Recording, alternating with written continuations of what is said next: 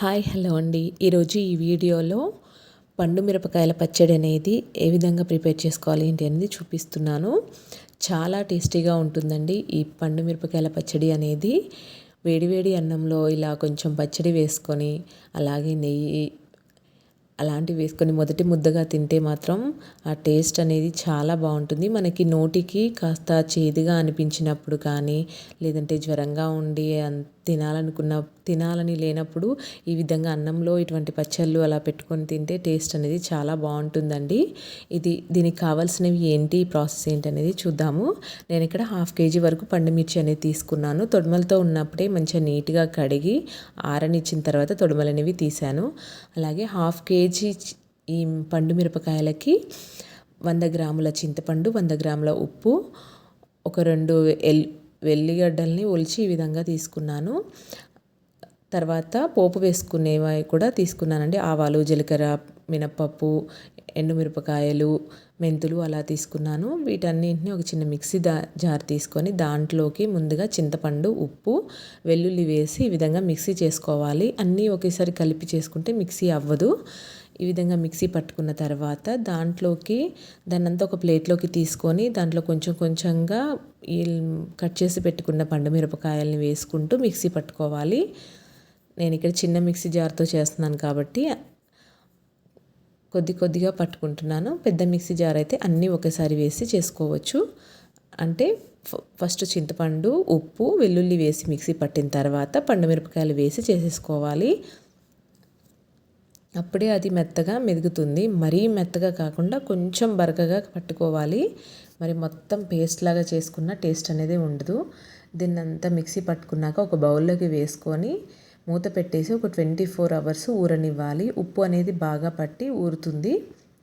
Next డేకి ఈ విధంగా ఉంటుంది.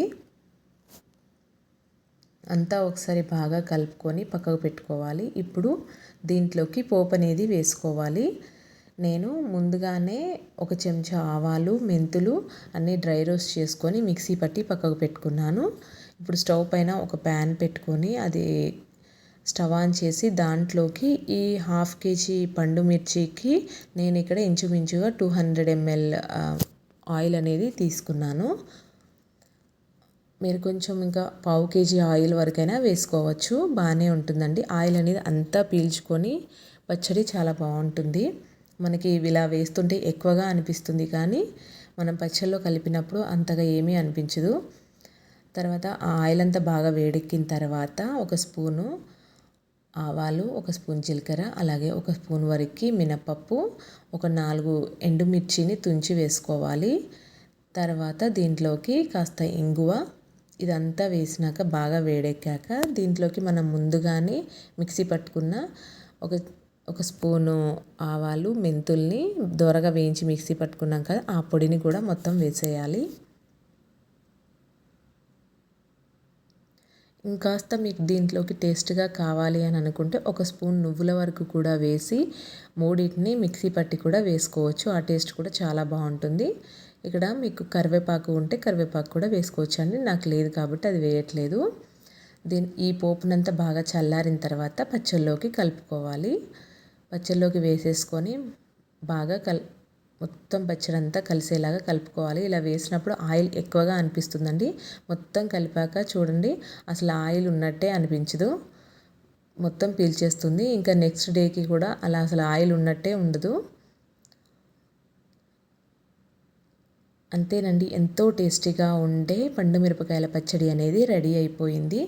మీకు కూడా ఈ ప్రాసెస్ అనేది నచ్చితే మీరు కూడా తప్పకుండా ట్రై చేయండి. అలానే నా ఛానల్ని లైక్ చేయండి, షేర్ చేయండి, సబ్స్క్రైబ్ చేయండి. Thank you for watching.